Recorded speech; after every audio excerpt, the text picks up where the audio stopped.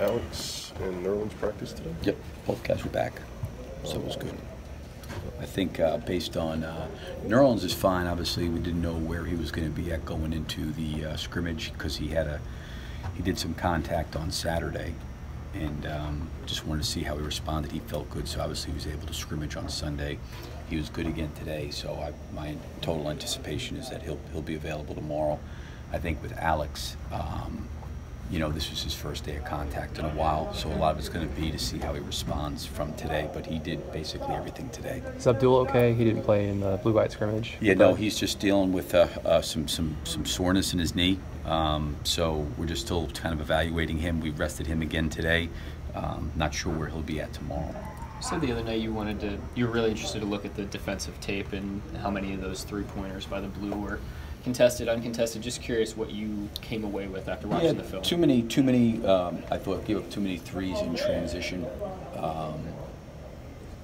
That's where a lot of them came from. I thought in the half court we were pretty good, but I think in transition we did a good job of getting back. We did a good job of running back. We didn't do a very good job at times communicating and getting matched up.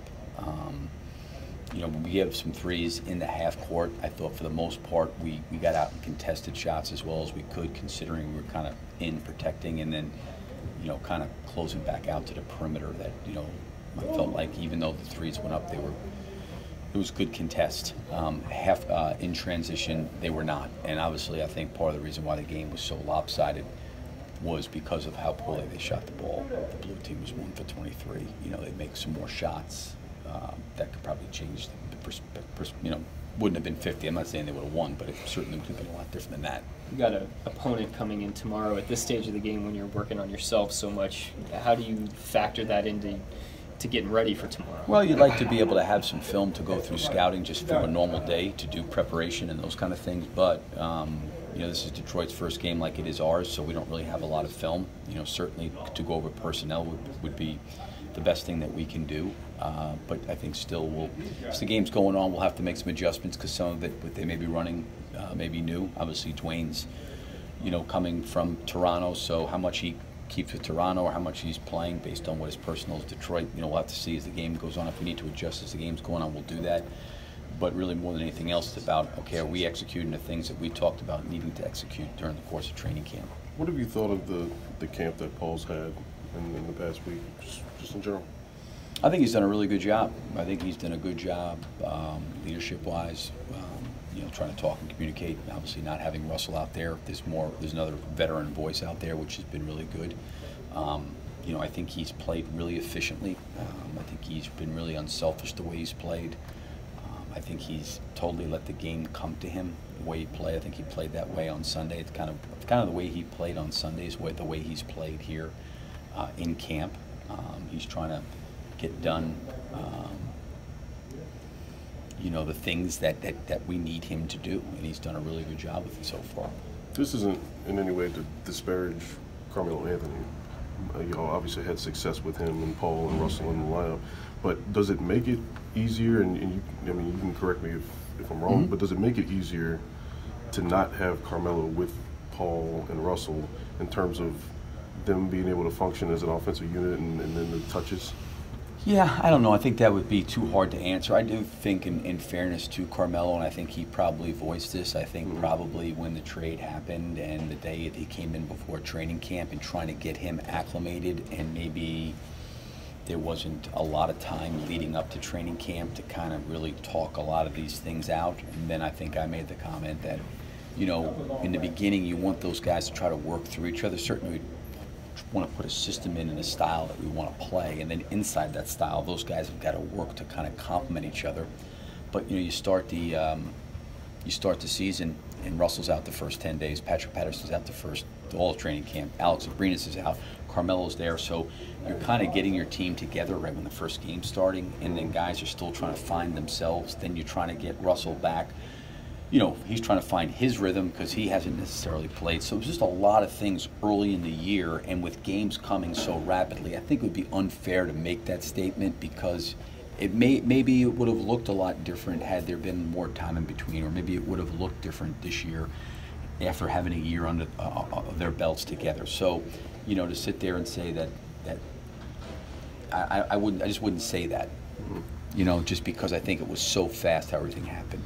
Do you see a difference with Paul in terms of his comfort level? Because he was talking about being more comfortable now. Yeah, oh yeah, I can. Well, I think I see him more comfortable because one is, you know, there's a year that we've spent together. There's a year he's spent with our coaching staff. I mean, outside of Bob, he knows everybody here. You know, he knows all the guys on the team now. He's played with Russell, he's played with Andre, he's played with Steven, he's played with these guys. So there's a little bit more of, you know, there's a little bit more history that he can look at in terms of what he has to do as a player. So relationship-wise, I think he's really comfortable. Then he knows how we're trying to play. He's able to voice that and provide some leadership there with that. So there's just a lot of things I think that are totally different for him than they were a year ago. And I thought last year he did a great job handling himself going into a year of free agency because, one, everybody wanted to talk about, you know, is this just a one-year thing? Is this just a stopover? And I think he was honest from the beginning. No, I want to legitimately come here and put my best foot forward and do the best job I can with this group of guys. And I think he's done a good job of that. Now, after going through that, he's in a much, much better place than he is now than he was then. And not that he was in a bad place, it was just a new place for him. Billy, I know you're not ready to announce starters or anything, but after a week of training camp and a scrimmage, do you feel good about where you're at in terms of being closer to make that decision? Yeah, I mean, it's really hard because I think when you start to get different players and pieces back to your team, whenever those pieces come back, you may have to alter starting lineups. You know, again, Russell's out, so Dennis is going to start. You know, I'm going to start him there. But you know, how does that look when Russell comes back? You know, if Patrick Patterson's out there, how does that look? But you know, then maybe it's better to have Jeremy out there. So all these different scenarios that you could potentially look at, it's not necessarily about the player, it's about how the player fits, you know, with what we're doing. And then all of a sudden you gotta look at, okay, who are you coming off the bench with? You know, who's maybe providing a thrust or an energy or spark that you need. So there's a lot of moving parts to it. And then you've got, you know, guys that are out of training camp, guys that have been hurt through training camp. So I'm not really worried about necessarily having to make that decision because I realize as we start to get players back, that's going to change. You know what I mean? Maybe who comes off the bench, who starts. So, you know, what we'll do is focus on what's in front of us and based on a team that we have, try to go with what we feel is best. That's not best, then we'll have to adjust. But I mean, in terms of like just saying, hey, listen, this is the starting team, we're going to stick this way for 82 games, I think it'd be way too premature to say that. As a coach, is it kind of fun for you to tinker with things and see how, you know, different guys look playing with each other? Yeah, man, you want to give those guys opportunities to play together. We haven't had as much of time as I would like for Nerlens and Steven to play a little bit together. That's been a little bit challenging just because Nerlens was out with his foot. And then I kind of threw them into the blue-white scrimmage probably unfairly. We did a little bit of work. They played a little bit together in practice, but not enough. But even they're gonna throw them out there in 5-on-5 and let them play with each other and figure it out, you know, going forward.